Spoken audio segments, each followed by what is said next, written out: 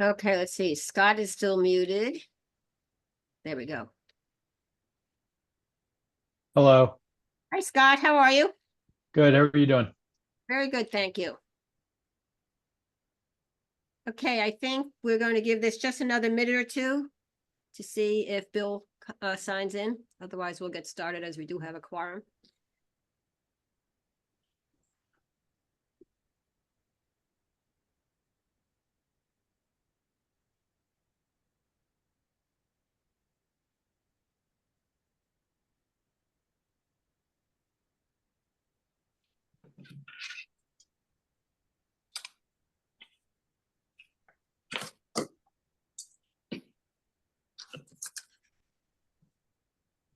I hope Bill didn't get stuck in traffic. When I spoke with him earlier today, he was still traveling.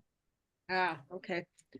Let me just check. I do not have a text message from him. Okay, I think what we will do, it's 7:01, so I think we will get started.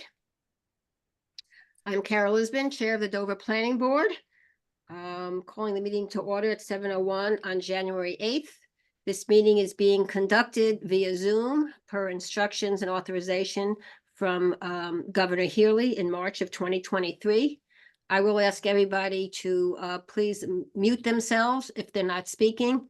And if they do need to get our attention, to either unmute, make a note in chat, or raise your hand. Thank you very much. We have two members that should be coming in very shortly. So if the applicants that we have tonight don't mind, I'm just going to quickly jump forward and get the approval of December 11th minutes taken care of, hoping that by the time we get back to your applications, the other members of the board are here. Bill is here. Bill. Hello, Bill. Good. Hello. Hey, Bill. How are you? Hi. Hi, Carol. Welcome aboard. Thank you. We're just starting the meeting. Okay, and we're waiting for Jody. So I was just going to jump ahead a bit and get the minutes of December 11th approved. Jasmine, could you pull those up for us?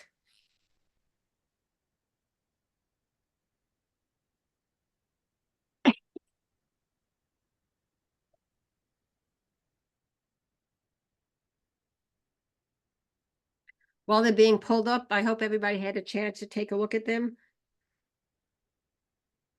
Were there any comments or edits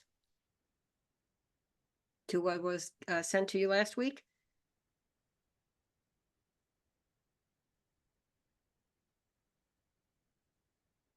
Here we go.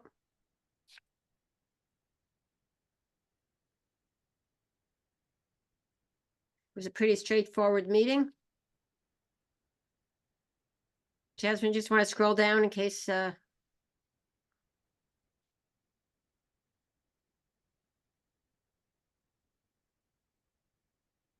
next page, if you would.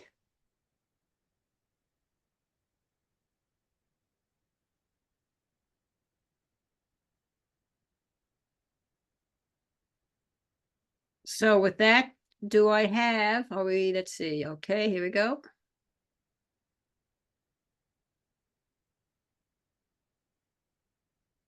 Okay.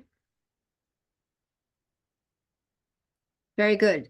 So any comments or questions by the board members on the minutes of 12:11 as conveyed to you?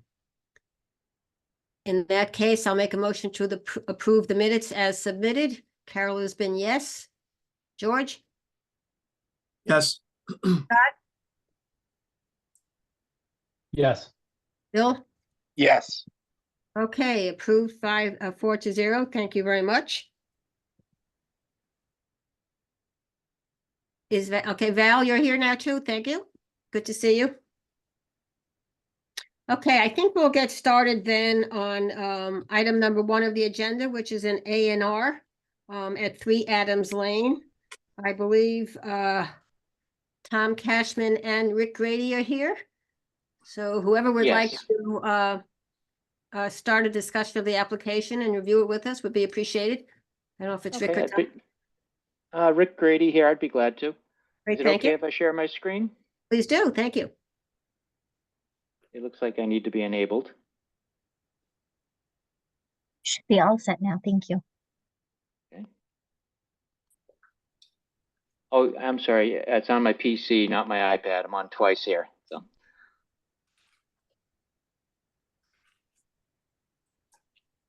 Thank you. Now you're all set.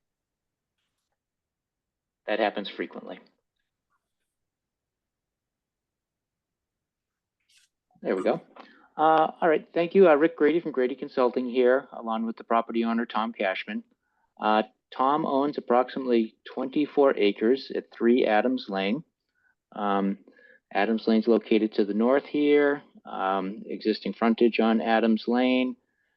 Existing houses in the middle of the property, approximately here. What Mr. Cashman would like to do is he would like to divide the property, retain approximately 10 acres around his existing house. The 14 acres that we're showing as parcel B here, I can zoom in a little bit closer. He's proposing to donate to the Dover Land Conservation Trust.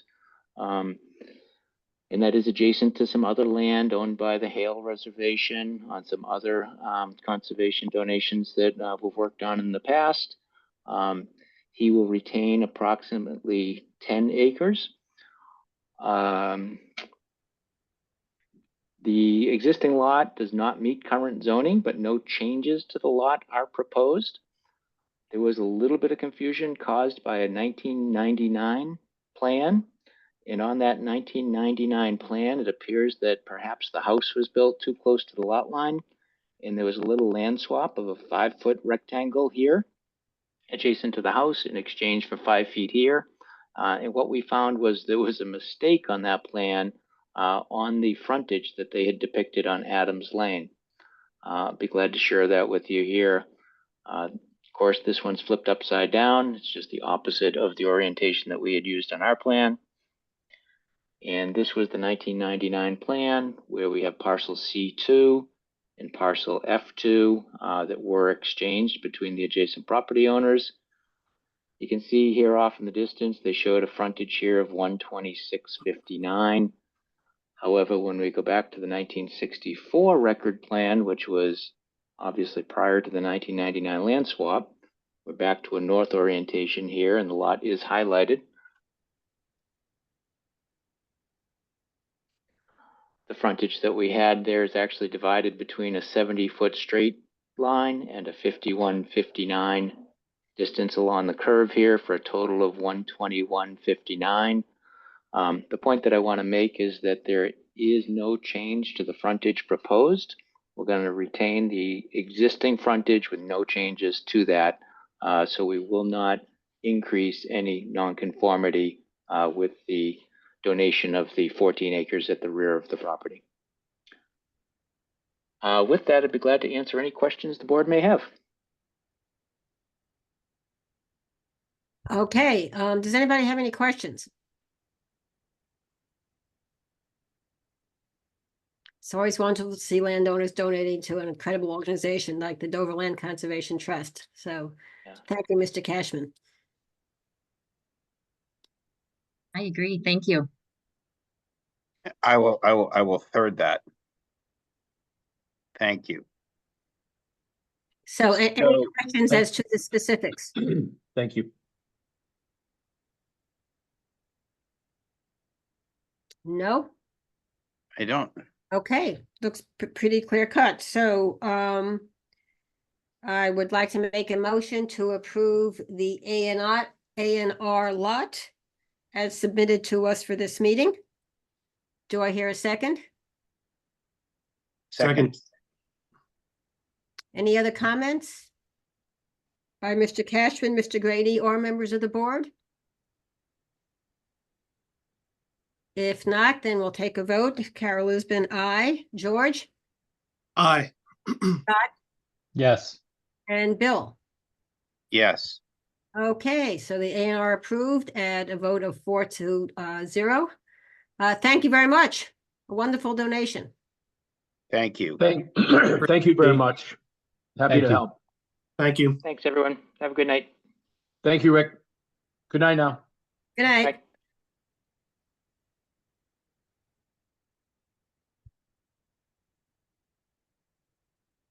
Okay, so Jasmine, we'll go to agenda night item 2. If you could pull up the documents for the site plan review on 23 Miller Hill.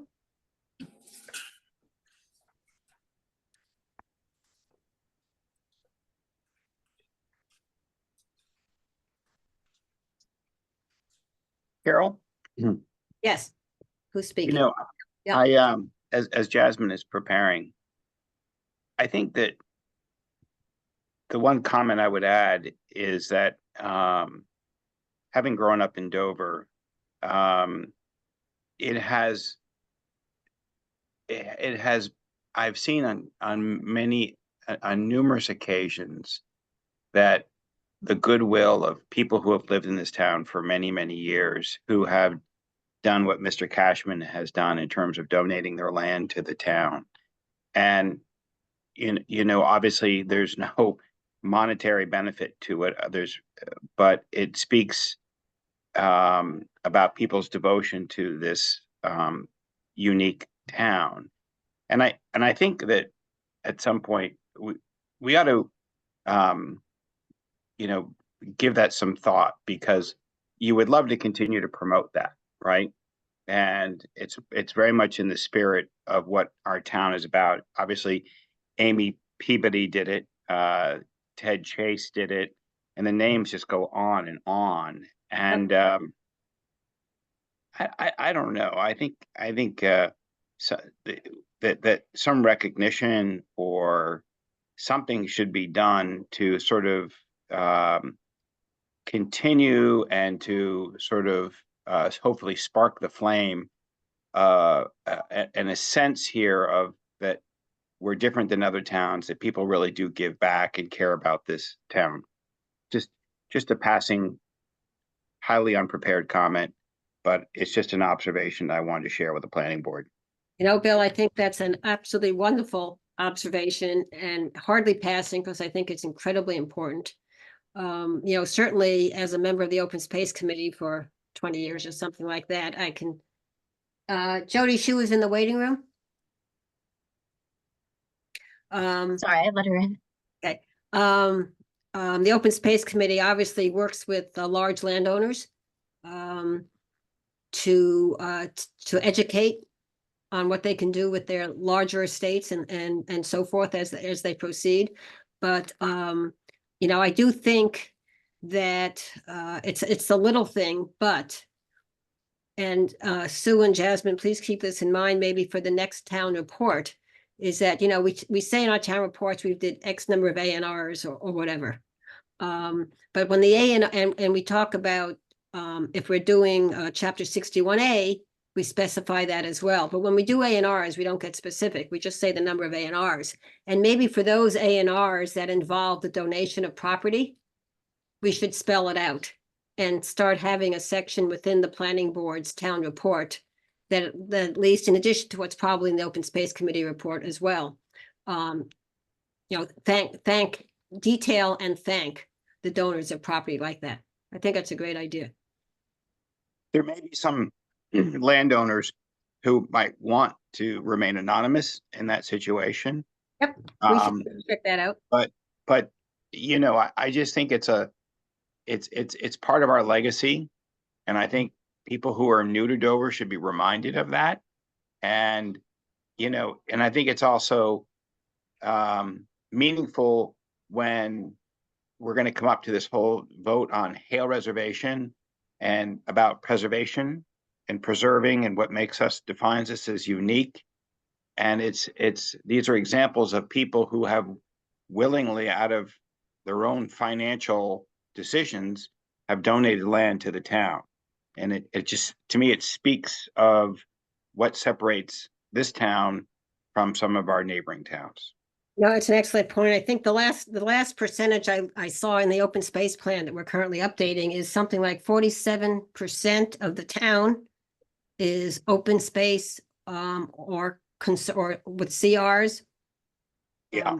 Or total conservation, which for a suburb of Boston is amazing. Yeah. Incredible. Yeah. No, thank you. It's a good point. Absolutely. What percent? I think it's 47%. I'll have to check. It's been a while since I've looked, but it's somewhere between 40 and 50%. It's a big number. That's amazing. I thought it was 30. That's Mind-boggling, amazing. mind-boggling, yep. Mhm. Okay, well, on to site plan review of 23 Miller Hill. Let's see, we have Mr. Strauss with us, who is the owner of the property. Welcome. Thank you. Good to be here. Would you like to just briefly tell us what it is that you're planning? Sure. So we're planning on constructing a swimming pool on the west side of the residence. It's a total of a 4-acre site. Besides the residence on the property, there's a horse barn on the south side of the property. There are a couple of corrals and a tractor shed that's further west behind the barn.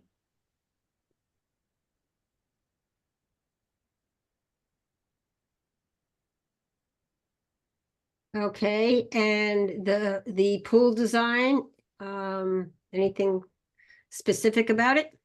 No, there's nothing special about it. It's 18 by 36, as I recall, 16 by 36, 18 by 36, sorry. Very simple design. We'll just have a rustic fence around it. We're designing it to make it actually look more like the rest of the property. We'll have a rustic fence around it.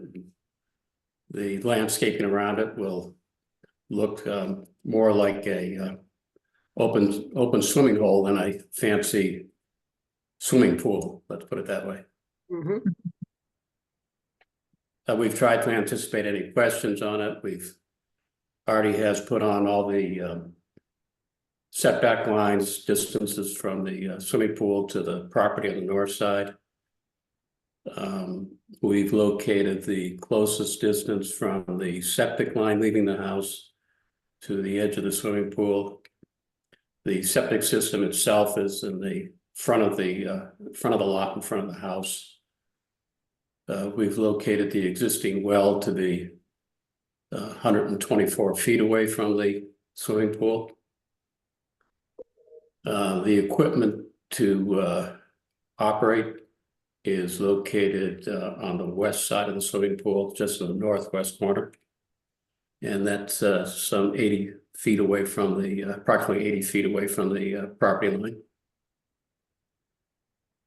The distance from the back of the pool to the back property line, I think is around 200, just over 290 feet. There are no wetlands on the property. There is a buffer zone that's some distance away, that's all the way to the northwest corner of the property. Right.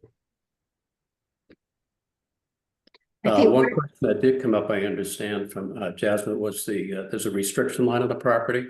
Hmm. And that restriction line goes back to the original subdivision of Miller Hill. Some of the property owners, or one of the property owners, wanted a restriction line so that no residence was built on the west side of that restriction line.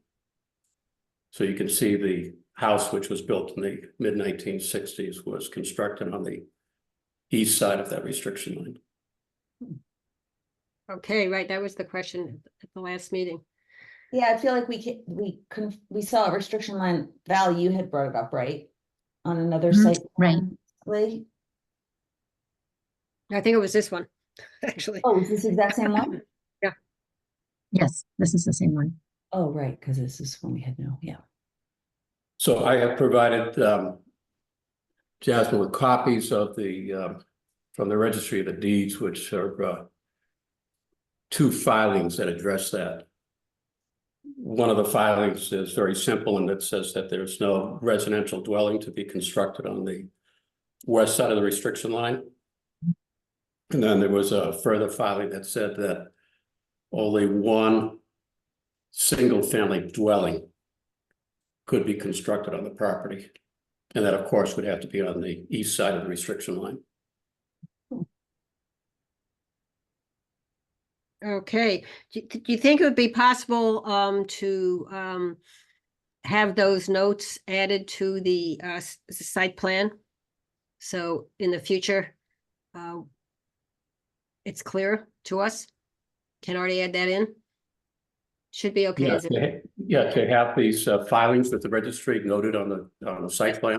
Yeah. Yes, of course, I'll have that done. Great. And are you gonna have any lighting around the pool? Any what? Lighting? Lights? Lighting? Yep. No. No, I mean, there's lighting within the pool itself, but there's no outdoor lighting. Right. Okay. Is that what the one, I was gonna ask what the one Hayward LED light is? Is that what that is? Is that the light in the pool or? Yes. Okay. Jasmine, would you pull up your draft decision? And while Jasmine's doing that, are there any other questions for Mr. Strauss? I don't have any. Thank you, Carol.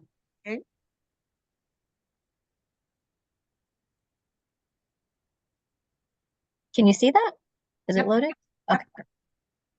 Is, Mr. Strauss, is this the home on Miller Hill that's under construction or has been under construction, or do I have the wrong property? No, so it's, as you come into Miller Hill, it's the third dwelling on the right-hand side. Okay, It's not new, it was, we're the third owners of the property. It was originally constructed.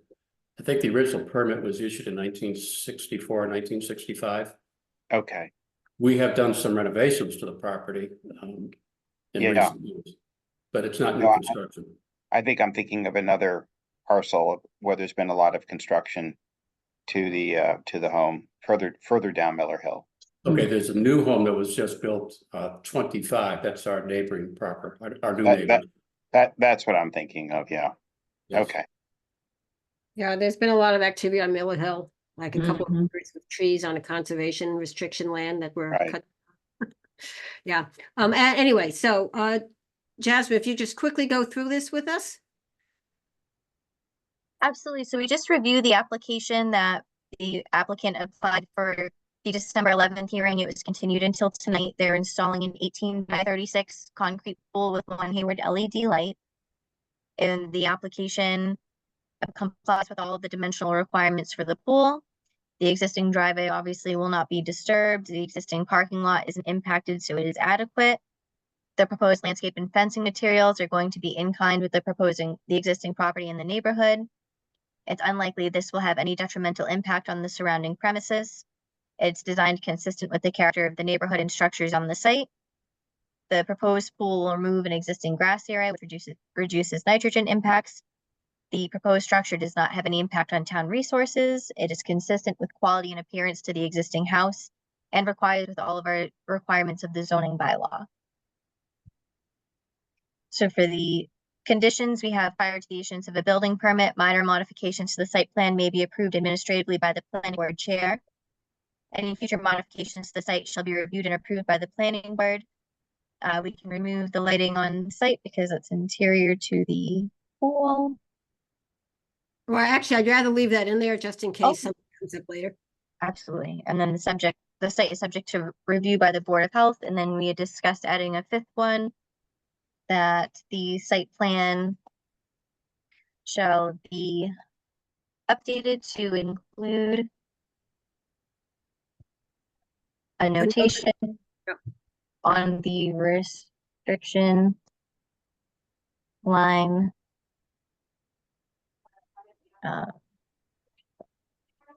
1964 deed. Okay, also, just to update the first sentence on this page, after considering the application of materials submitted at this meeting, the board approved the plans on December, in other words, add today's date. Oh, yes.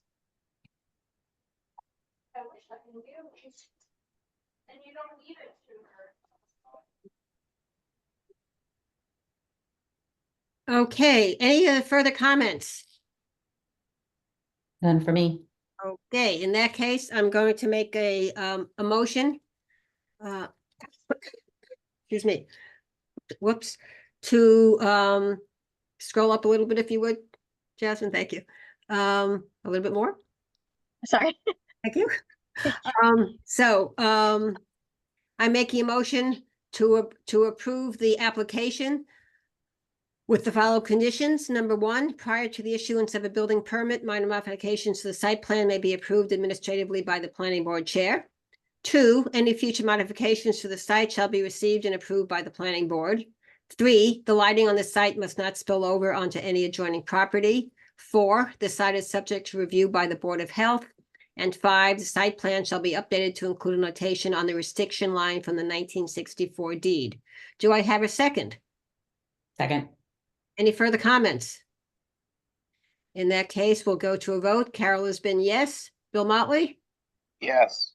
George Sidgwick? Yes. Scott Friedman? Yes. And Jody Shu? Yes. Okay, Mr. Cashman, you're all, Mr. Cashman, sorry, Mr. Strauss, you're all set. Thank you very much. Appreciate your time.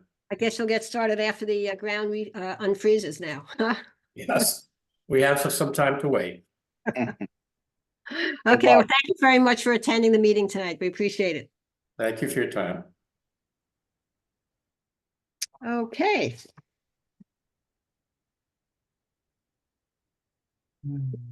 So, Jody, we did the minutes Great. Thank in the very beginning. So we'll go on to item number 4, which is a review of the construction hours bylaw.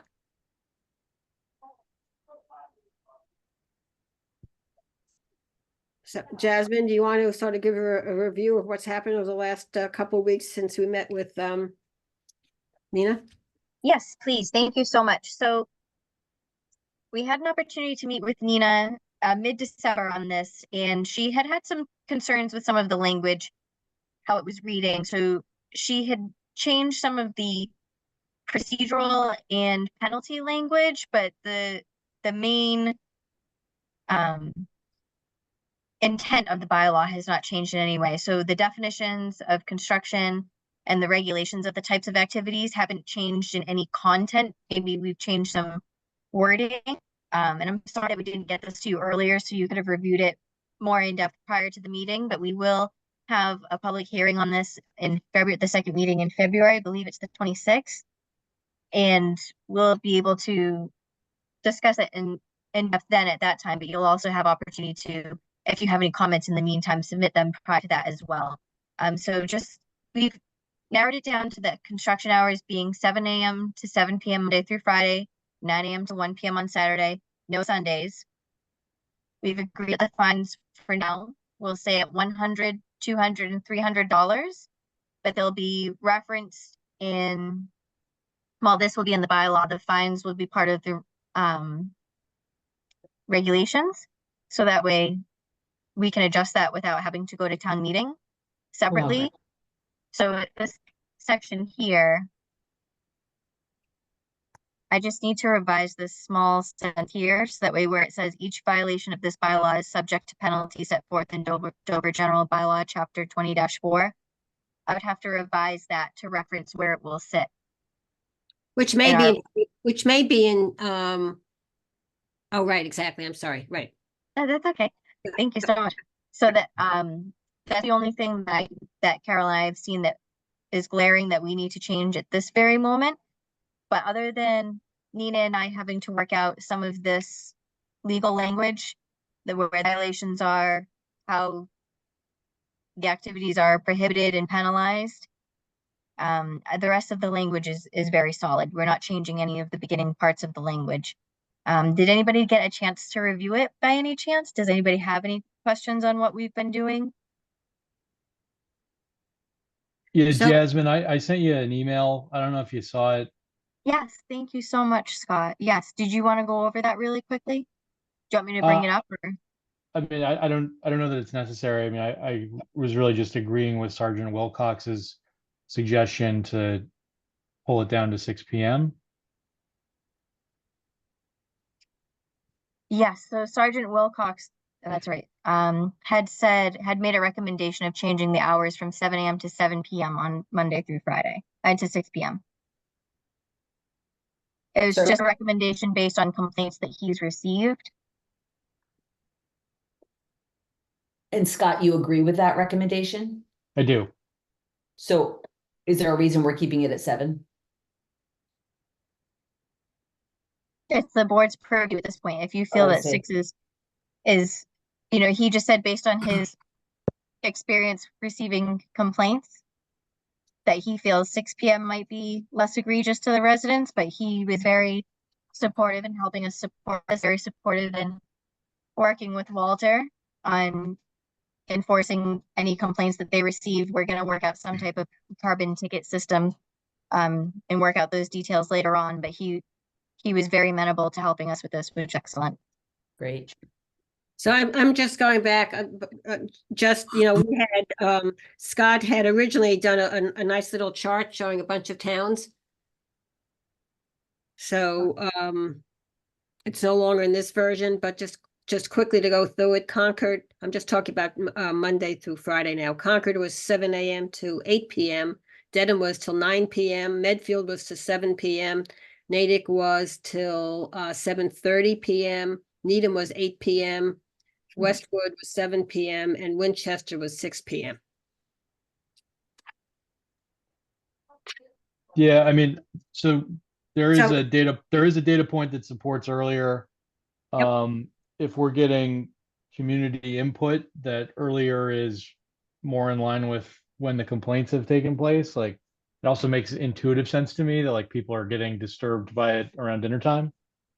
I don't think it's wildly out of line. I did disagree with his other one though about who should be responsible, Jasmine.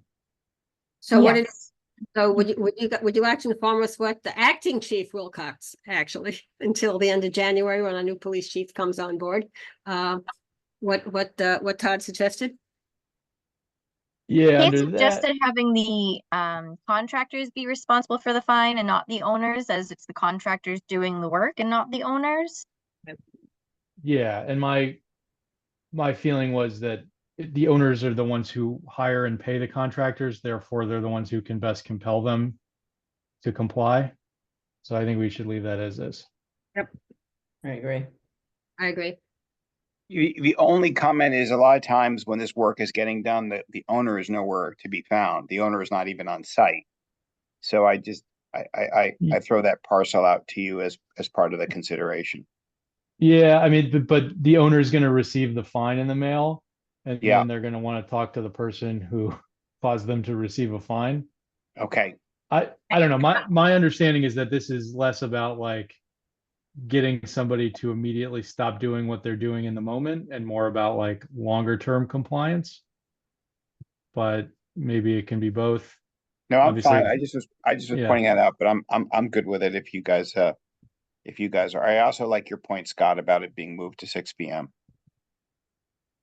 I would also say, Bill, along that same line that you're about the owner, is that it's usually the contractor that gets the permitting done through the building inspector.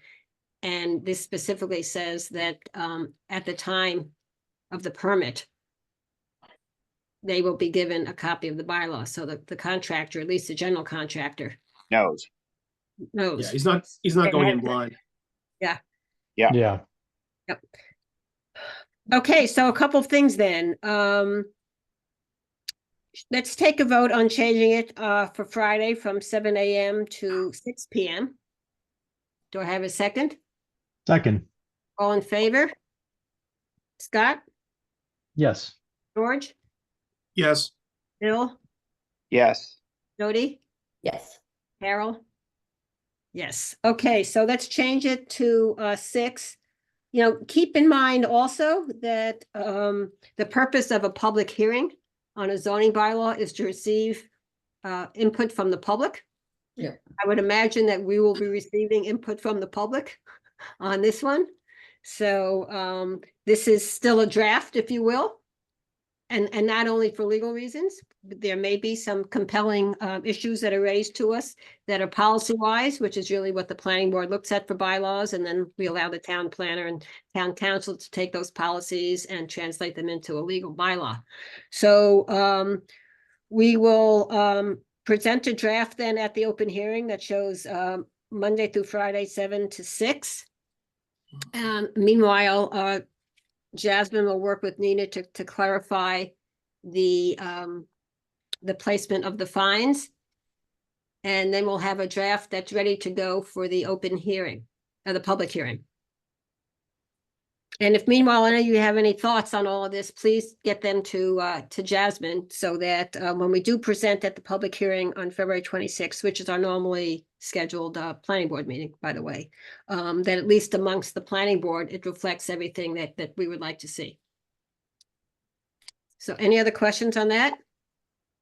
Okay, the other thing about the public hearing is that Jasmine and Scott will be working on putting together a short slide deck for the presentation, like we do on our bylaws. And we'll use that for the public hearing, edit as required after the public hearing.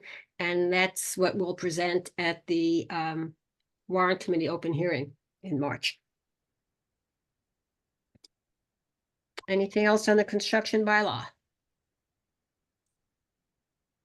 Okay, as news, I must say, as news begins to trickle out that this is what we're doing, I'm getting a lot of positive responses. I don't know about anybody else, but That's good. I haven't heard anything. I didn't know news was getting around, but well, for those positive that are responses beginning, are good. I guess it's for those that, you know, are looking at the warrant articles that are beginning to show up at the warrant committee and so forth.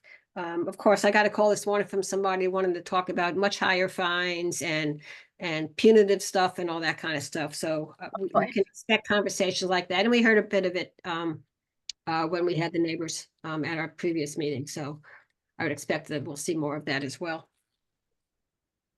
Okay, Jasmine, town updates. Oh, yes. Let me pull them up.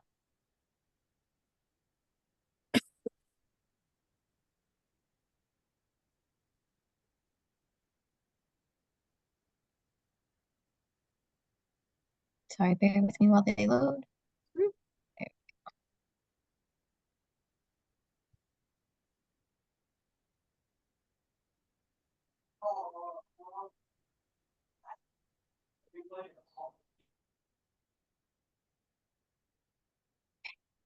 Well, oh, I was going to, well, you've got that up. Okay, we'll do that because we want to get back to the warrant articles and 5A, B, C. Oh, I'm sorry. I can pull that Okay. up really No, that's quickly. okay. You've got this up and we can go through it now.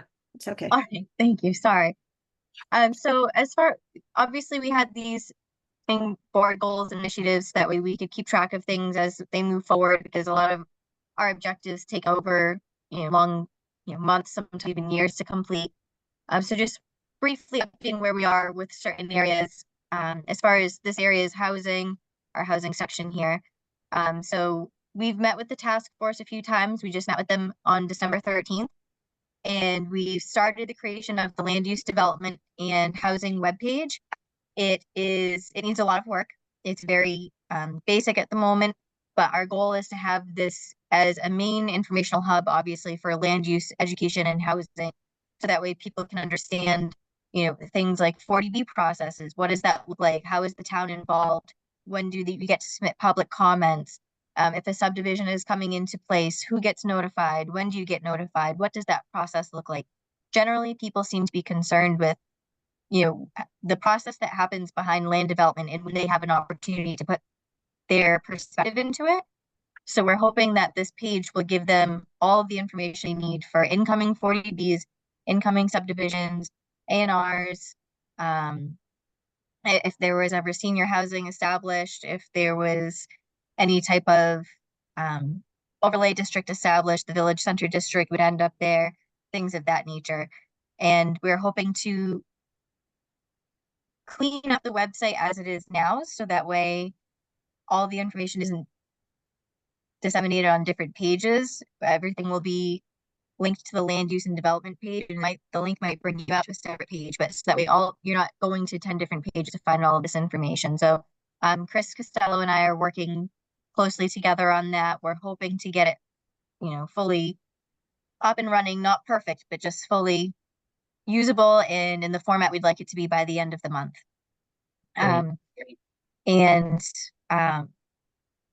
Let's see, I am still working on housing production plan task initiatives to present to the housing task force. I actually need to reach out to Robin to see which meeting she would like to discuss those, because Jeff Davis has very kindly, I'm skipping down, I'm sorry, very kindly offered to come and do a presentation for the MBTA requirements to the Housing Task Force. So I think that should take precedent over the Housing Production Plan goals. I agree. And the Trout Brook. So this, I have to update that. So this Yeah. was continued again. So they had a meeting, a substantive meeting on January 25th so it's been, the next meeting is January 25th. Okay, they had a meeting last Wednesday night or Thursday night, whatever it was. Which was a fascinating meeting. And it was last Wednesday night, the 3rd. So the Okay. next meeting's on the 25th. They're making progress.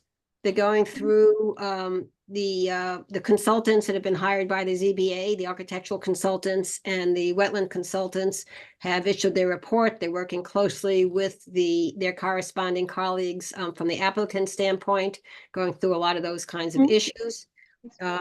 They've had some great discussions, and I would expect that after another meeting or two that they will be taking a vote. I don't remember exactly what the timeline is. They have a timeline is 6 months from the time that the application was put in. So they're probably approaching that relatively quickly.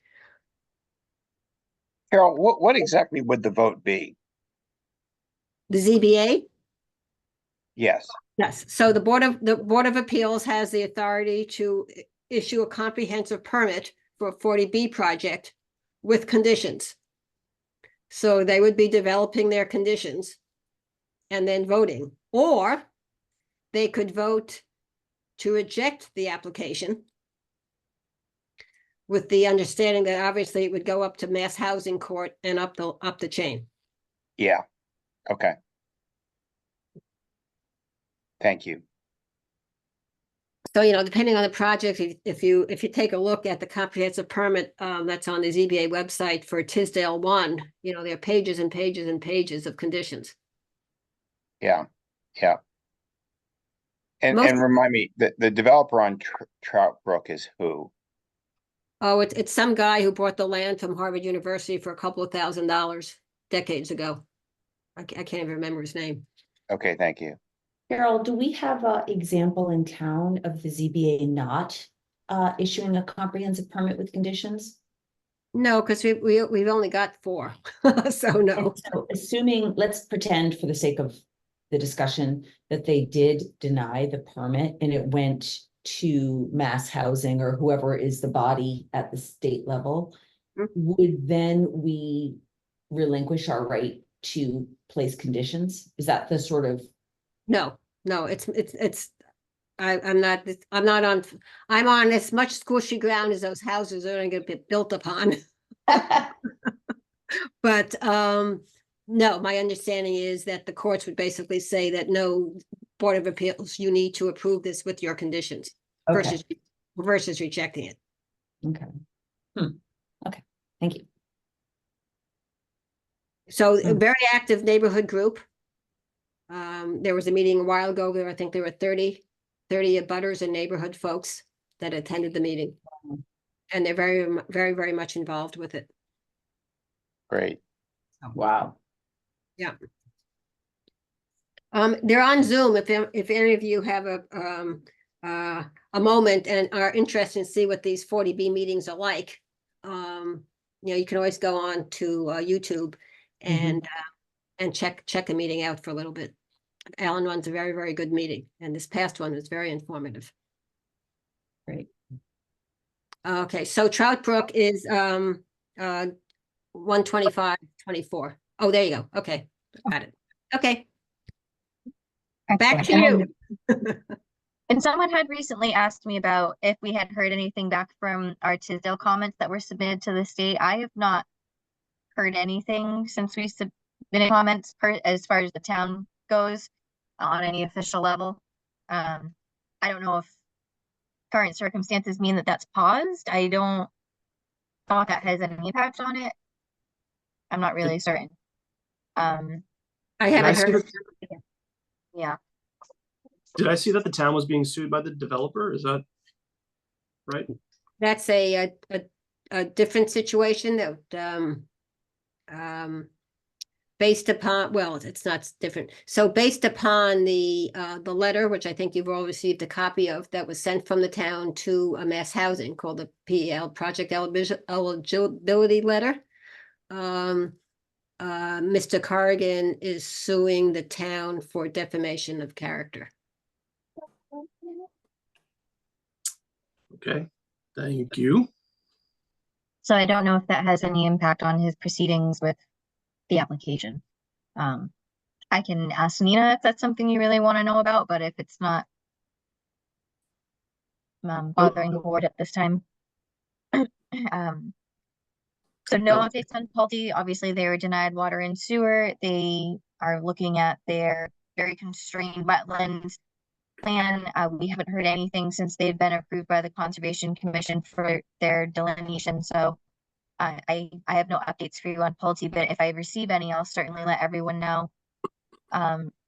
We have, excuse me, Jeff Davis working with us with Horsley Witten Group on the MBTA, and he is going to give us some draft, very general, like guidelines, regulations for MBTA zones, so that way it's, excuse me, a baseline that we would be able to utilize no matter which parcel we decide that MBTA suits Dover best. So he's going to get those to us in the next month, and we'll have time to review it, give him our feedback, and then see if he can add something else before his contract is over. He's also going to, like I said, come to the Housing Task Force to present to them all the 5 proposed sites within Dover, how they each separately meet the MBTA requirements, because they all do fit into the compliance model, and how that will impact Dover moving forward. We were hoping that one community at least might try to apply for an overlay over 40B before Jeff's contract was expired, but we're not seeing any movement like that at this time, which is understandable. So I don't think we'll have an example of that to go by. But luckily we've got time. So That's great that he's going to do that. I think it's going to be very beneficial. He's worked with so many communities that he really understands at least the basics that we should really have in place, that we can modify it to suit whichever district we choose, however that looks. But just having that baseline language, I think, will definitely be helpful. And then Nina, I believe we all forwarded that. Nina gave us some great news that she gave us the draft 53G by language. It does not have to be approved as a bylaw. So this does not have to go to town meeting. Wow. So that the regulation that was sent to you in the meeting email last week will, because it's a regulation, it too requires a public hearing. So we are going to do all our public hearings on the same day, February 26th. So we'll have the construction hours public hearing, the 53G public hearing. The difference with the 53G public hearing is that after the public hearing, we can then vote the regulation versus having to wait to town meeting. Great. Just one thing on the MBTA, we're very fortunate to have Jeff and the state's paying the contract, but it does expire on March 31st and is not renewable after that. So Jody and Jasmine and Val are working to get the most out of every hour and dollar that we have under that contract before it expires. So having a template for the architectural aspects of an overlay district, setbacks, heights, and so forth, will provide us with the line-by-line detail we need to make decisions when we finally do get into actually bringing this to fruition in 2025.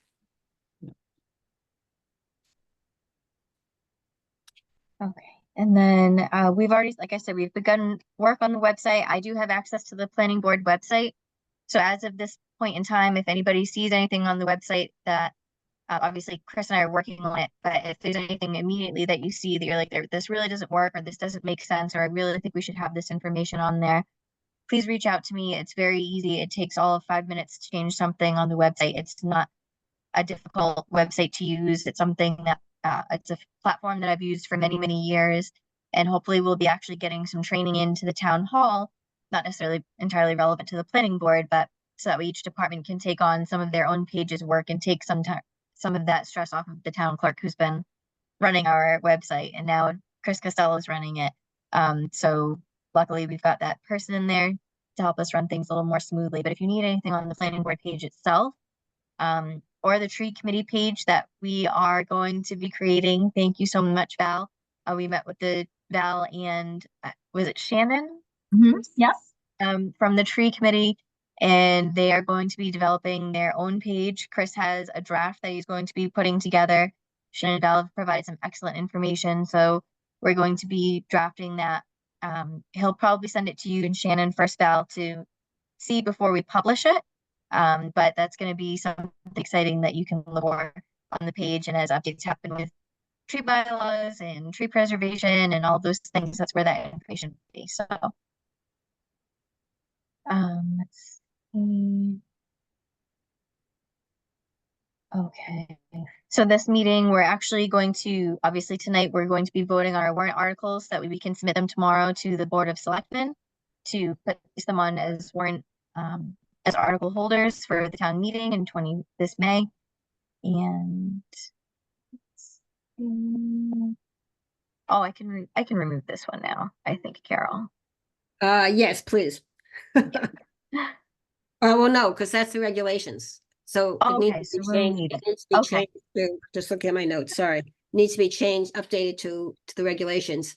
The ADU regulations, again, will be the third item on the February 26th public hearing.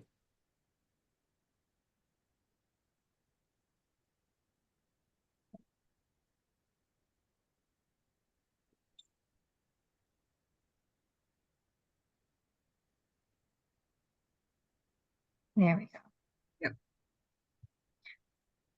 So I'll be able to send out, I'll make myself a note of that right now. Walter has created an accessory dwelling unit application for individuals that come into the town. So I'll email that to the board so that you have an idea of what it is that we're looking for. We can discuss the process. Essentially, we're approving the process for the accessory dwelling unit so that when people come in and apply, we've officially said, yes, this is the way you go about doing that. Sometimes we'll put something in place and not vote to actually approve it, and it doesn't, it makes it so that way it was officially accepted and people can wiggle around it. So we just need to vote to approve that on the 26th.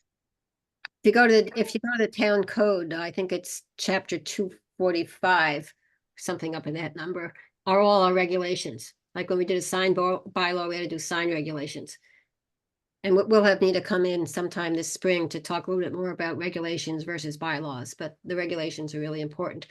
Is that draft that Walter's done, is that based on the work that Jody did?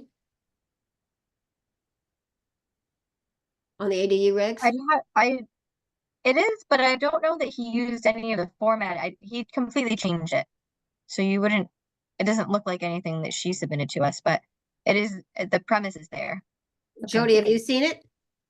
I haven't, that wasn't in the packet, right? I haven't seen that. No, I did not include that in the packet. I'm sorry, I don't have that digitally yet. So I'll send it around. So Jasmine, please make sure that Jody takes a look at it because she did a tremendous amount of work. I'd say she was probably 80% there. Jasmine, I had sent you that. It was actually Laura Harbottle and I worked on that, but right before she left, that was I had sent you the draft I had. So maybe you picked up off of some of it. I'm sure it's fine. Walter had created this draft, so it is different. Okay. But we can start. I'll send it to you, and we can. Okay, great. Thanks. Because it's still, he's very open to change at this point. Okay, cool. Yeah, we worked with Walter. That's kind of funny, but okay, that's great. Awesome. Wonderful.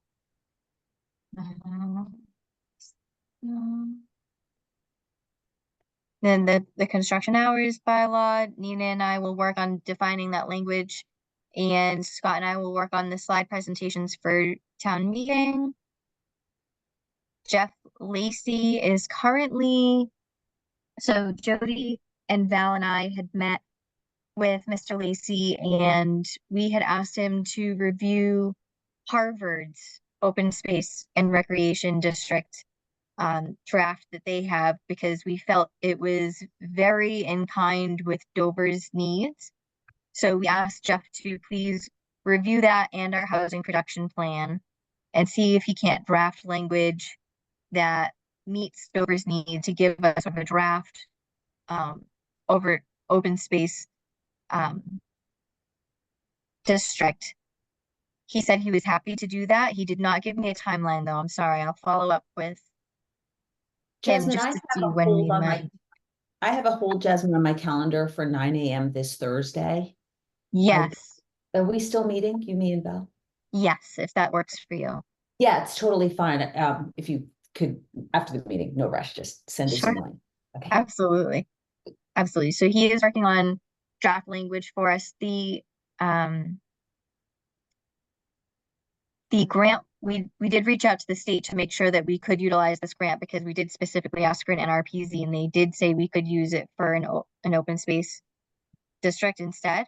They said that was perfectly amenable. So if that's something that we decide is more suitable to Dover, we may utilize the grant in that way. And Jeff seems more than happy to help us get there if that's what we're looking for. And he's also going to answer the questions about, there are some questions about Harvard's model about how you calculate the open space.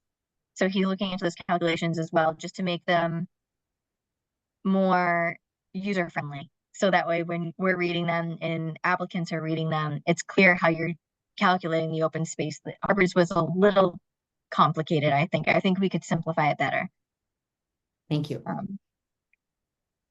And so what did I do? Stormwater. Oh, stormwater. We still have not seen anything on stormwater. So still waiting. The reason that the planning board's interested in the stormwater bylaw is because Val and her tree committee took a look at the 40 or so recommendations from the consultant report and sent over to Kevin McCabe, DPW director, that then went to Tate and Howard, some that would be appropriate for a stormwater bylaw. So all I can tell you is that as of today, the selectmen and Mr. Blanchard are aware of the 12-month delay in getting an update to a draft.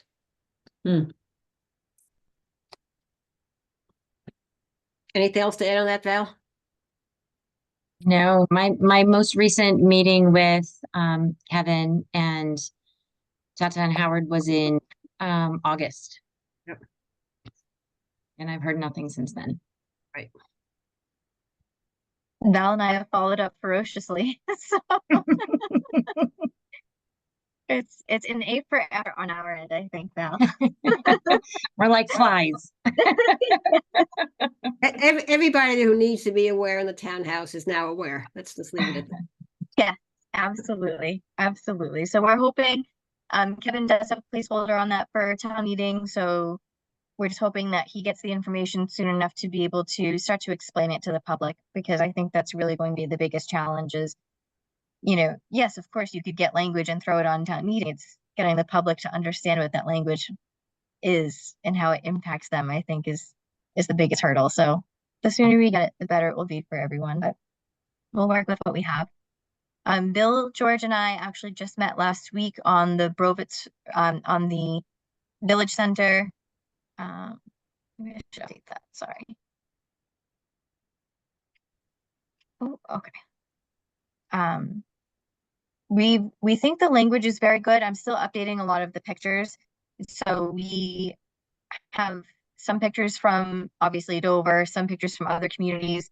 It's just smaller things that seem, I know it seems silly, but we're asking for, you know, shrubbery screening and things like that. We're actually having a very difficult time finding some images that actually suit what we're looking for. But we think it'd be beneficial to have them in there so that way applicants that are coming in understand the visual concept of what shrubbery screening might look like. But some of those visual representations have been a little difficult on the scale we're looking for, but we are hoping to be able to present that to the board at the end of this month. Yes, at the end of this month. And I think we're in good shape for that. It's, again, these are guidelines. It's not a bylaw. There are some sections in there that we're going to have to talk to about when the time comes, such as, you know, we have our existing parking regulations in there, which require 300-foot wide parking space, or I'm sorry, a 30-foot wide Okay. parking space. It's something, it's very large. It's excessive. So for our village and district, that doesn't actually meet our needs. But that's something we can't revise without making a bylaw. So there's going to be a little bit of give and take with the guidelines. We'll just have to keep that in mind as we go through them. And then Jasmine, if I, yes, I go right ahead. I don't want to take up everyone's time here for too long, but just for a couple seconds. On our back and forth, and the pictures that I sent over and some of those files don't work. I don't know if you use a Windows machine, but it might be the most efficient way to do it if you've got the snipping tool. If you could just snip a couple of those and then just pull that in. Perfect. Okay. Thank you. Absolutely. Thank you. Sure. Okay. Nina still has our RFP for zoning bylaw diagnostics. She knows We we're trying have to get it out. Oh, we we have have it. the- I'm sorry. No, We have it. Yeah. You missed the solar. Oh, okay. You don't Oh, have I'm it sorry. in column B, but you have it in column C. There we go. So I've got medium and small scale solar photovoltaic systems. I'm still hopeful that I can get draft language to the board for February 12th so that we could hold a meeting on this. Hopefully the first meeting in March, which would still give us time to get it on town meeting and have one meeting to spare if we have to continue it for some reason or make changes to it. I think it's going to be a relatively simple bylaw. It's pretty easy to put together. We have a lot of other communities that have very similar bylaws, very similar size to Dover.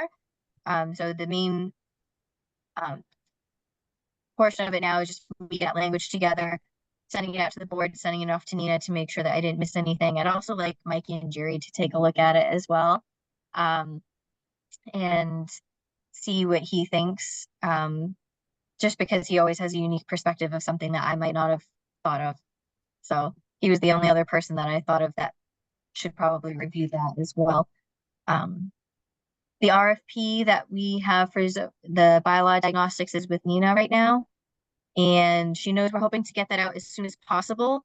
I am hopeful that most of the language is as accurate. We pulled it from a previous RFP that Dover had put out, so I'm hoping that it's just a matter of maybe some minor tweaks here and there. We'll have to update the dates once we get it back from her to be able to post it. And then once it comes back to us, Michael gives it his blessing, Michael Blanchard, and then we'll give it to Carl Valenti to post on Comrise for people to begin the bidding process. I have no update from Hale and Westwood. Oh, I do. Oh, okay.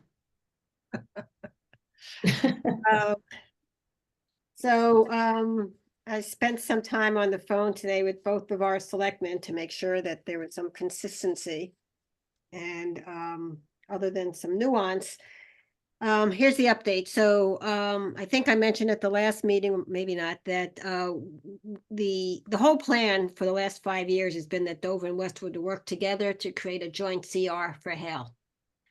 And in December, it was decided that that would no longer be the case, that Westwood would go their own way because they have been unable to come close to any kind of CR that meets Dover's needs or the trustees. You mean Westwood needs? Westwood, sorry. So so Dover's going it alone, which means that the team that has been negotiating it, Carl Valenti and Mike Blanchard now and council now has to take that joint CR draft and pull out from that to create a new CR just for Dover. And then once that's done, that CR, well, the joint CR was never looked at by anybody outside of the Board of Selectmen and the negotiating team. So Planning Board hasn't looked at it, Concom hasn't looked at it, Board of Health hasn't looked at it, Open Space hasn't looked at it. So once there's a new Dover-centric draft, that would go out probably under executive session to meet with the selectmen and review the draft. once there's a draft that can be supported by the leadership team and the relevant boards and committees in Dover, then that would go out to the public. One of the selectmen is interested in having a meeting in mid-June. My comment was that I thought that was much too early. If we don't even have, we haven't even pulled out a Dover centric yet. We haven't gone through the review with the boards and committees. We haven't started the education process on the specifics of the CR, and we have another town meeting in May. Sorry, you're saying they want to have a town meeting in June or just an executive session Special- meeting? Special town meeting in June. So my recommendation was, since this has been going on since 2017, what's a couple of months, why don't we do it in the fall? And give ourselves a chance to do it right, because there's a huge amount of communication and education that needs to be involved with this. So the selectmen will be discussing this further, but that's sort of where it is. And, you know, I hope by the next time we have our meeting, that the selectmen will have met, the two selectmen will have met and decided on exactly how they're going to proceed. But that's the general thinking about how they're going to proceed. Details to follow. And Carol, as a side note for the members who don't know this, but the current head of Hale, Eric Brown, is resigning. Eric Arnold. Yeah. I'm sorry, Eric Arnold. Thank you. Yeah. Eric is going to be, he'll be resigning, which, you know, could do you know when he's resigning? August. August. Yeah. So there's some time, but yeah. And also, wouldn't we want to have a new select person elected? So, okay, so let me jump to that then. It's on my list. So for those that may or may not, well, for those who don't know, the Board of Selectmen voted to have a special town election on March 5th, Oh, which is also state primary day. Oh, If you guys don't know, it's, you know, it's, make sure you sign up to get those emails from the Town of Dover website announcements. So there'll be a special election on March 5th. As of, what's today, Monday? As of Friday, the only papers that, so it's, instead of doing a town caucus, which just adds to the timeline, they're doing it by pulling paper. Nomination papers. Yeah, so hey, and there he is. So perfect timing, Dave. So as of Friday, the only person that has pulled papers to get their 35 signatures to go on the town election ballot on March 5th is the newest attendee of our planning board meeting, Mr. David Haviland. Welcome, Dave. Well, thank you. Well, not, you just stole all my thunder. I have nothing else to say. So, but maybe this, I hope I may ask everyone's support as we go through this. And I think it's humorous that if the town's people of Dover decide to elect me, 6 days later, I will have to stand a caucus for re-election. So this is gonna be the longest term ever. So. Yeah. So given that we were doing our quarterly review of everything, I invited Dave to attend the meeting tonight, and he did have another board meeting to go to, but I'm glad you're able to make it, Dave. Thank you.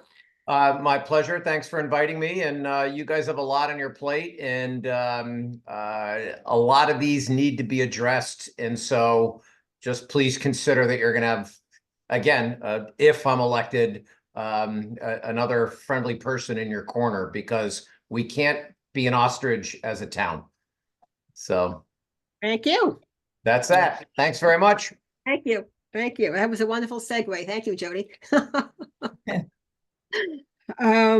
that's basically the update on Hale. Obviously, there'll be a lot more detail coming. absolutely. Is it still, has the price, well, obviously they may not have, has the price changed at all? Do you know?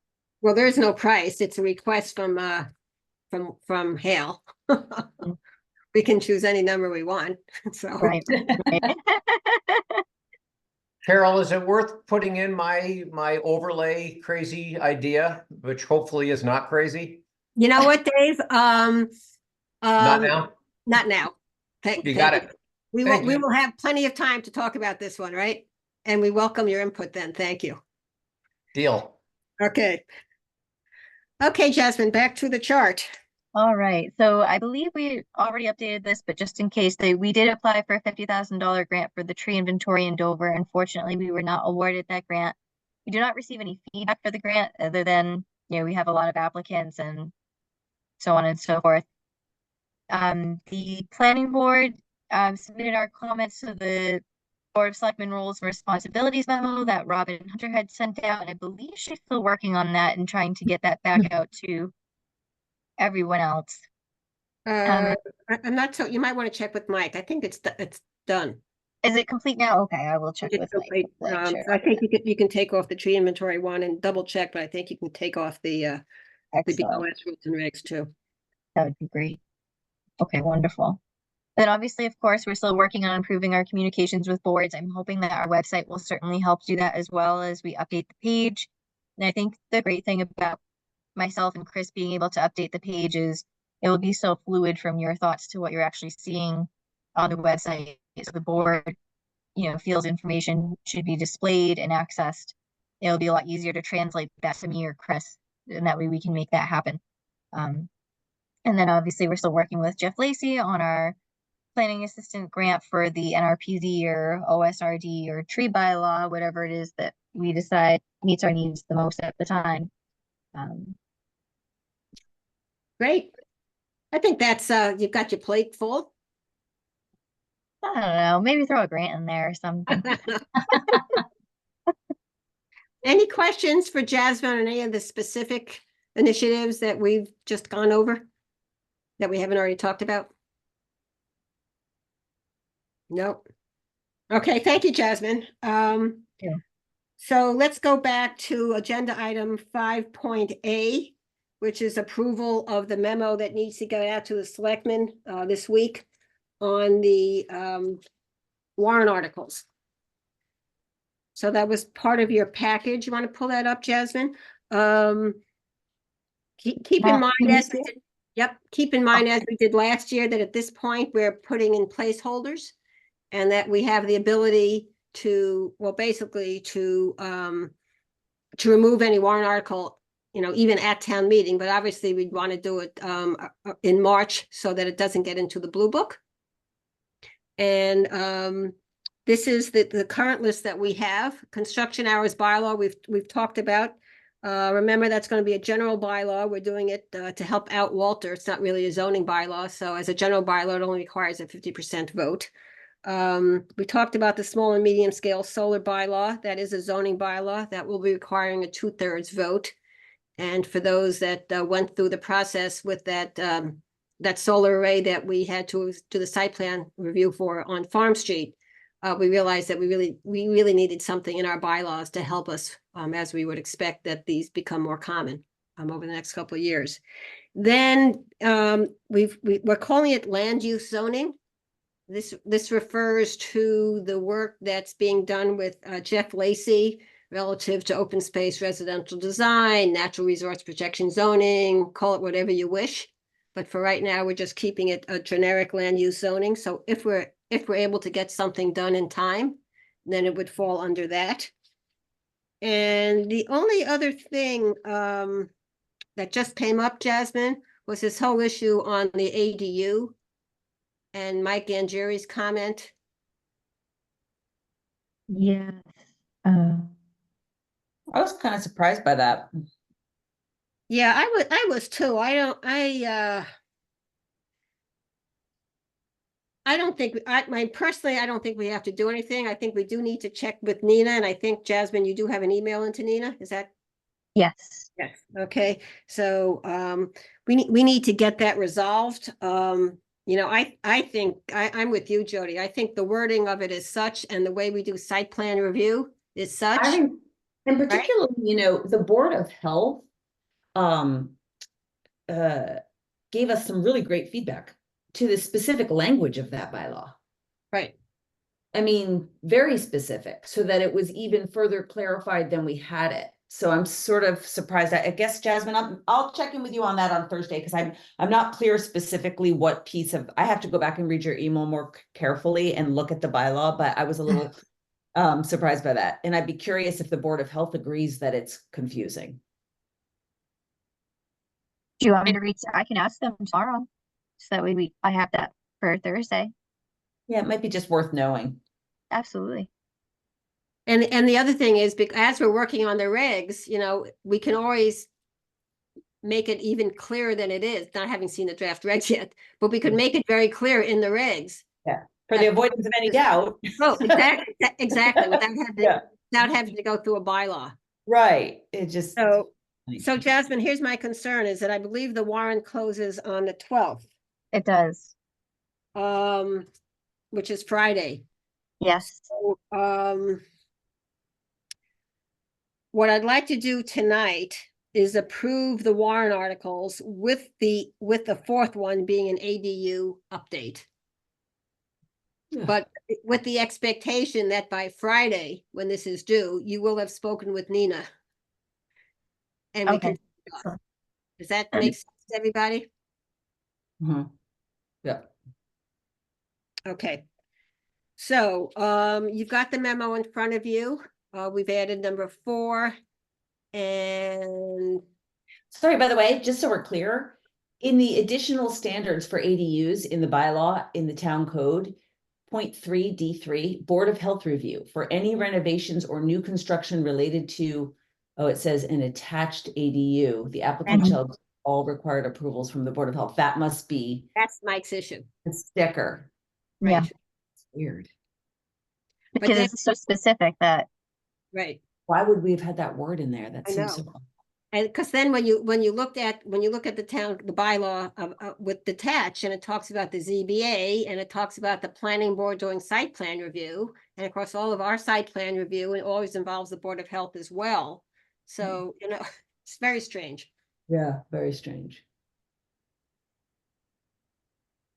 And Okay. also like the presentation we gave talked about that. Yeah, okay. Yeah. We'll do it. So I'm going to make a motion to approve the memo dated January 9th, which includes submitting a request for placeholders for 4 bylaws, with the understanding that by Friday, January 12th, when this memo has to be submitted, that we will have resolved the issue about the need for an ADU amendment. Do I hear a second? Second. Okay, all in favor, Bill Motley, Yes. Jody Shu, Yes. Pat Friedman, Yes. George Sidgwick, Yes. Carol Luthen, yes. Okay.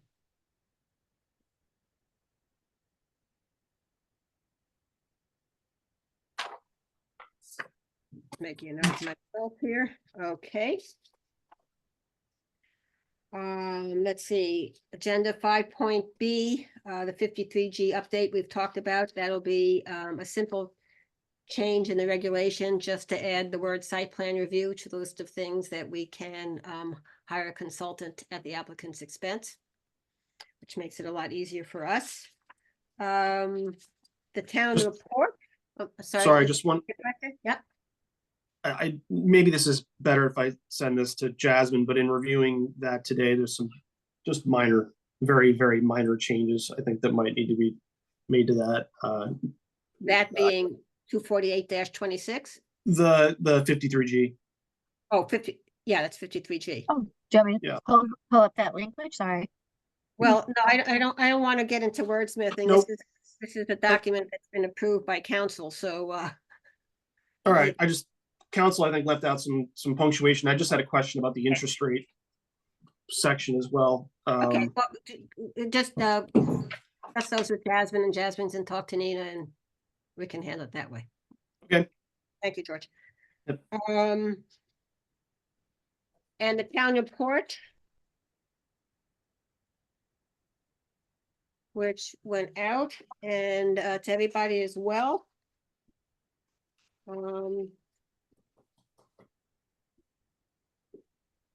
I think the draft that went out, those couple of little edits and stuff that we did, Jasmine, the other day on page 3 under land purchases.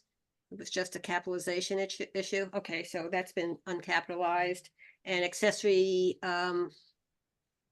apartments we changed to accessory dwelling units. So that was the only thing that I saw. Anybody else have any comments on the town report? No. Okay, that's due this week as well, so I will make a motion to approve the town report draft dated, what's the top date up there for you, Jasmine? Dated January 2nd, 2024. So the town report draft, sorry, this is like the most minor thing of all time, but there's a little minor typo in the tree preservation section. Okay. This is super ticky-tack, but yeah, so I think it says it's top 3 initiatives, What paragraph are we on? the tree preservation section there, so Yes, where right is it? here. Once the committee selected its top three Yeah, initiatives. there's just no No apostrophe. apostrophe, right? Oh, there we go. Nice Super super heavy duty No, stuff I'm please. bringing to the table tonight. No, that's good. Thank you, Bring George. it all. No, that's great. Of course, Dover is very lucky to have a professional editor in the person of Mary Calamaris. So she takes everybody's town reports and makes us all sound like we're actually English majors as well. Oh, So okay. I would imagine that the final report isn't going to look exactly like these pages. All right. I'll keep my thoughts to myself going No, forward. no, it's always helpful. Absolutely, very The helpful. more time we can save her, the better. Exactly. So, I have a motion to approve the planning board, town report as of draft dated January 2nd, 2024. Do I hear a second?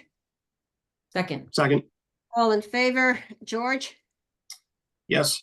Scott, Yes. Bill, Yes. Cody, and Carol. Okay.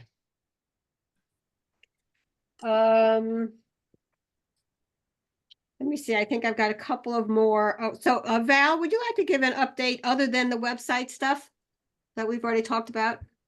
Yeah, I'll keep it brief. So we completed our Tree City USA application in early December. And I reached out to DCR to find out when we would expect to hear back from them. And he said they are reviewing all of the submissions in January. And so he said mid-February is probably the earliest that we could expect to hear from them. So we'll keep our eyes out for that.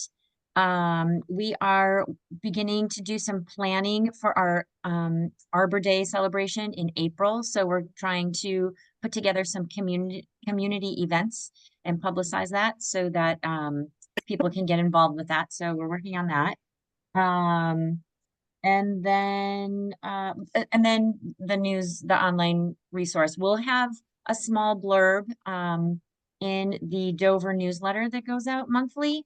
So, and we'll try to time it with things that we feel are applicable to landowners. So for example, we'll probably like around February, March, look at planting and some guidelines around what kind of trees you may want to plant in different locations on your property based on height, based on different qualities of the trees. So, and then I think that's it. And then, Okay, yeah, and then we're just putting together the online, the web page, and then waiting for the stormwater management bylaw to come back. okay, great, thank you. Just a couple of other things, more calendar issues. On Wednesday night, January 10th at 7, Jasmine and I will be presenting via Zoom to the warrant committee on our budget, as well as going over the warrant articles that we've just decided to use for placeholders at this point. If any of you are interested to see what a warrant committee review of a budget is like, please feel free to sign on to Zoom. The link is through the town calendar. It should be pretty easy. We are level funding our consulting request, which is the bulk of almost all of our discretionary budget. And last year we asked for 90,000. We're doing the same this year.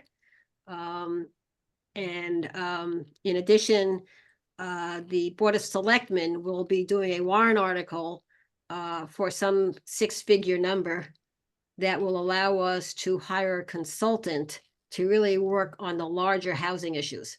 So rather than have that come in under the planning board budget, we Mm. will have it as the housing task force under the Board of Selectmen's budget, which I think will be very helpful. So that's on the 10th. Jasmine is going to be presenting to the Council on Aging on February 7th. So feel free to come on over. I know it's being held, I think, at the town library. I'm not sure if it's by Zoom as well. I think you're on mute, Jasmine. Oh, I'm not sure if it's on Zoom as well. I didn't ask that because it was in person. I assumed it wasn't. I didn't even think Yeah, that to Yeah, ask. I'm not sure, but the COA tries to get, if not monthly, at least bi-monthly, a staff member to come in and chat on various issues. Kevin McCabe has been in, Mike Blanchard has been in. If you remember, Bill Motley and I did a whole thing on the ADU and the Village Center last year at a COA meeting as well. So Jasmine will sort of be reviewing basically the stuff that we just reviewed on the quarterly project plan, with probably a little bit more specifics on what we're going to be asking for at town meeting. So that's on the 7th. I've mentioned the March 5th special election. We've talked about our February 26th public hearing meeting. So to those that have, please try, it would be wonderful to have a full complement of members at our February 26th meeting. Not only will we have whatever applications and so forth come our way that way, but we will have the public hearing that covers the ADU regs, the 53G regulations, and the construction bylaw. Carol, is that in person? Yes, it will be in person. Yep. Okay, I don't know if Sue, you are on. For some reason, I'm getting Google Meet links in my calendar invites. And also that one has a calendar invite, like a Google Meet. Did So, anybody else have that in their calendar? so I just misspoke. It is not in person. It's a Zoom meeting. Okay, I don't You'll have a be- Zoom link. I you'll have be- Google Meet. Well, you have it for February 26th because it's our normally scheduled meeting, right? No, I know. For some reason, somehow the invitations are coming through. This is just a technical thing. But I don't know if this is happening for anybody else, but it's showing up on my calendar as a Google Meet instead of a Oh, Zoom. it's got a Zoom. Oh, interesting. I'm just looking at mine. Let's see. Mine came up as a. That's because when you send an invite through Gmail, it attaches I know. I a just Google don't have Meet. any Zoom link in the invite. Yeah, you're right. So mine is- anyway, it might Oh, just yeah. be me, but Right, it doesn't include the Zoom link. and Didn't- also it might just be worth updating that one to show that it's the public hearing just mentioned, but it Well, doesn't, that's irrelevant, but yeah, I just wanted to mention that. And I looked through some other to see if it was the same and there's just no Zoom links on some of the ones moving forward. There's no info about. Got it. So anyway, So those may have to be redone soon for Zoom. Sure. thanks, Sue. Mm-hmm. You know, that's actually very important. The at last week's ZBA meeting, there were about 12 of us in a waiting room. And we're waiting and waiting and waiting and nothing was happening. So I finally got a hold of the applicant whose contact information I had. And it ended up that the ZBA members and the applicant joined the meeting through an email that Alan Fryer had sent out with the Zoom link. The rest of us had used the Zoom link that was on the agenda on the Dover homepage, and that had the wrong Zoom link. Happens, yeah. Yep. So that's it as far as, yep, I think we've covered everything here. Busy next couple months, as happens every spring and winter. Going skiing tomorrow. Anybody have anything else? I just wanted to mention that I've had a conflict come up for January 22nd, and I just wanted to make sure that we have a quorum that night if I'm not able to be there. Sue, you might know from RSVPs. The 22nd. I don't. Do you mean the 25th? Yeah. Monday, March 25. No, January. January. January, Oh. sorry, Sorry. sorry. Our next meeting, Right, exactly. Right. right? For what it's worth, I'll be there. Yeah, I'm planning on being there. Okay, great. Okay. Thank you. I'll I'll confirm be with there, you. I'll be tomorrow. there too. Yeah. Okay, great. You're Thank good. you. Yep. Right now for that, we only have, we have a new pool application that I understand has just come in. It should be very simple. And of course, we'll probably have some updates on the ADU regs and maybe the bylaw and some of the other big projects that Jasmine and you guys are working on. But doesn't look to be a heavy meeting at this point, I say with fingers crossed. Anything else? Okay, well, thank you very much. I'd like to make a motion to adjourn the meeting at 8:31. Do I have a second? Second. Everybody jump up and say aye. Aye. Aye. Thank you, everyone. It was Have a nice to good meet night. you, Dave. Thank you so much for coming on tonight. You're welcome. Nice to, I look forward to meeting you in person. Thank you. You as well. Thanks, luck. everybody. Have a good night. Thank you. Everyone. Good night, Good night. Good night, everyone. Bye-bye.